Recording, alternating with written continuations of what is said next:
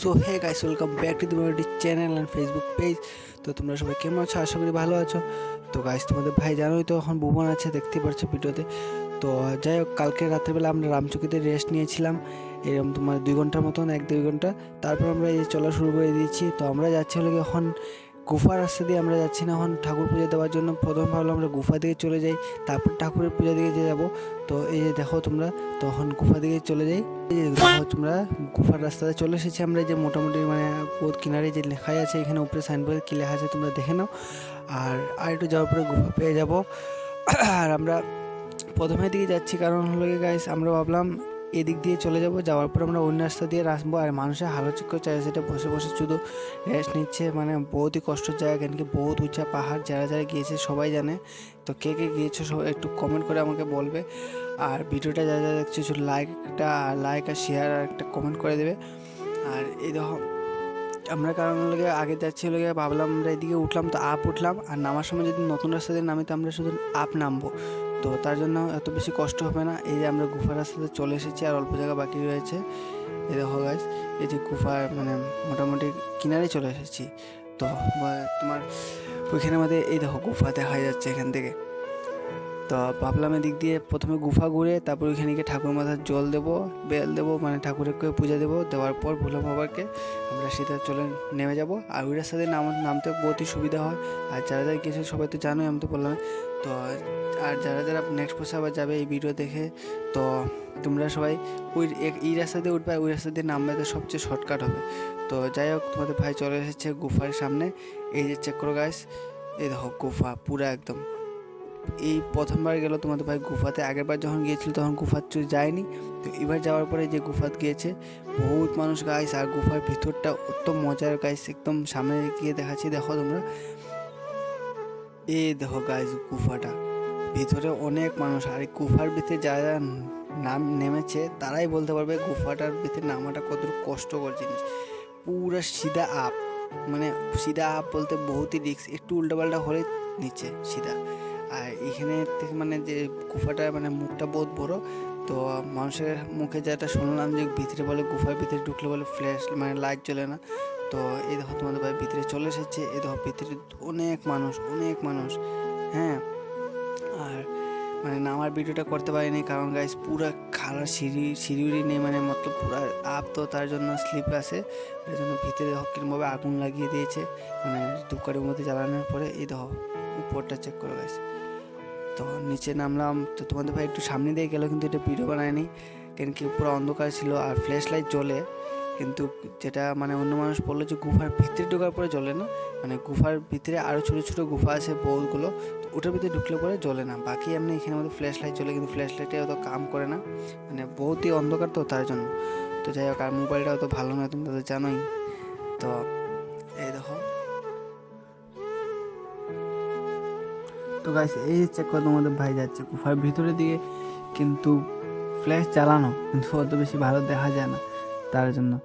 তো ভাবলাম ছোটো একটা ভিডিও বানিয়ে দেখিয়ে দিই তোমাদেরকে। তো এই যে গুফার ভিতরে ছোটো ছোটো গুফা আছে, কিন্তু এগুলোর ভিতরে তোমাদের ভাই যায়নি কেন কি এগুলোতে বহুত রিস্ক আছে। এই দেখো একদমই ছোটো গুফার ভিতরটা, কিন্তু এটার ভিতরে যদি যাই, অনেক মানুষ গিয়েছে আমার সামনে দিয়ে, কিন্তু এটার ভিতরে যদি যাই তাহলে এটার থেকে বার হওয়া অনেক কষ্ট তার জন্য। তো বেকার বিপদ ঢাকায় আনার কোনো দরকার নেই। তো আমরা ফাইনালি গুফার ভিতরটা একটু ভালো করে ঘুরে দেখলাম। হ্যাঁ, অন্ধকার তো তার জন্য ভালো করে দেখানো যাচ্ছে না, তাই তোমাদেরকে দেখাতে পারছি না ভালো থেকে। তো একটু ভালো করে ঘুরে দেখলাম, দেখার পর আমরা এই যে একটু বসলাম এখানে মধ্যে, একটু বসে রেস্ট টুস্ট করছি। তো করার পর ভাবে আমরা আবার চলে যাব ওই মন্দিরের রাস্তা দিকে। তো চলো একটু দেখি।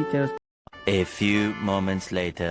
তো ফাইনালি আমরা গুফাতে বের হয়ে চলে এসেছি। এই চেক করে আমরা ওখানে একটা সাইডে রেস্ট নিচ্ছি, কেন কি অনেক জায়গায় ট্রাভেল করে চলে আসতে হলো। গুফা থেকে বের হয়ে প্রায় 2-3 কিলোমিটার জায়গা। তো আসার পর এই দেখো মা হের আলোর দেখো, এর নাম হলো শিবা। আর এই যে এর নাম হলো বিশাল। বিশাল দেখো গুটকা ছাড়াও চলতে পারে না, আর শিবায় মানে অবস্থা খারাপ করে, চোখও খুলতে পারছে না, পুরা টায়ার্ড, এত দূর দূর ট্রাভেল করেনি তো তার জন্য। করার পর আমরা বের হয়ে চলে আসলাম। এই চেক করে যাওয়ার সময় এই যে মন্দিরটা আমরা দেখেছিলাম, কিন্তু আমরা ঢুকিনি। তো ভাবলাম আসার সময় ঢুকবো। তো এই যে মন্দিরটা খুবই সুন্দর, মন্দিরটা অনেকই ভালো। তো এই যে তোমার গুফা আর এই মন্দিরটা, এই তোমাদের ভাই এই প্রথম যাচ্ছে, কেন কি আগে বছর এগুলো কোনো জায়গাতে গিয়েছিল না, কেন খালি জল দিয়ে চলে এসেছে ঠাকুর মাথার। এই যে মন্দিরটার ভেতরে ঠাকুর কী কী ঠাকুর আছে ঠিক জানি না, নাম জানি না, তোমরা যদি জানো তো কমেন্ট সেকশনে জানিয়ে দেবে। এই যে করে 2জন ঠাকুর আছে, ওই সিটে আরেকটা মন্দির আছে, ওটার মধ্যে আরেকজন ঠাকুর আছে। এই যে দেখো তোমরা, এই যে দেখো এই সিটের মন্দিরটা, তো এই মন্দিরের ভিতরে একজন ঠাকুর আছে। কিন্তু এই ঠাকুরগুলো আমি মানে যেটা সত্যি কথা আমি লাইফে ফার্স্ট দেখেছি, তো এই ঠাকুরগুলোর নাম আমি ঠিক জানি না, তোমরা জানলে অবশ্যই কমেন্ট সেকশনে জানাবে। এই দেখো ঠাকুরগুলো। তো তো এখানের মধ্যে আমরা প্রণাম দিয়ে আমরা বের হয়ে গেছি আবার মন্দিরের রাস্তা দিকে, মানে ভোলে বাবার কাছে যাওয়ার জন্য। ঠাকুরের মাথার জল দেওয়া হবে তার জন্য। তো আমরা আবার টেবিল করা শুরু করে দিয়েছি। তো চলো যাই সিধা। আর এই যে আমি মুখে কথা বলে এই যে ব্লগটা আমার এই প্রথমবার, তো এটা কীরকম হয়েছে তোমরা অবশ্যই আমাকে জানাবে। একটু ভুল হতে পারে, তো ভুল হলে একটু আমাকে কমেন্ট সেকশন জানাবে, তোমাদের ভাইটা ঠিক করার চেষ্টা করবে। আর এই যে আমরা যাওয়ার সময় গাইস একটা যে মানে ভুবনের পাহাড়ের উপর থেকে একটা যে শিলচরের ভিউ যেটা দেখা যায়, মানে পুরো একদম সানসেট ভিউ, এটা বহুতই সুন্দর। এই চেক করো গাইস, এত মজার ভিউ।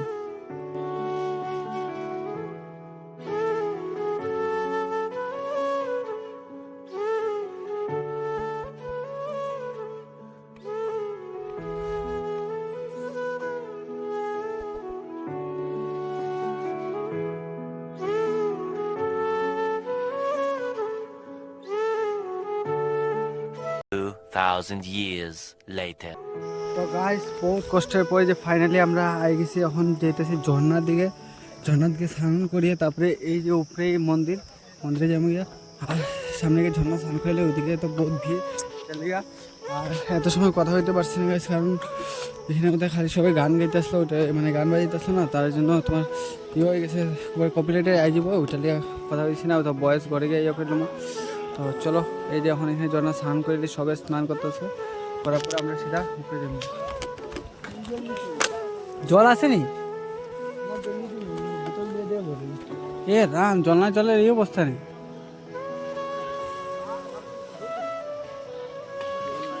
জল তো নাই, উপরে গিয়ে দেখতাম নি জল আসেনি।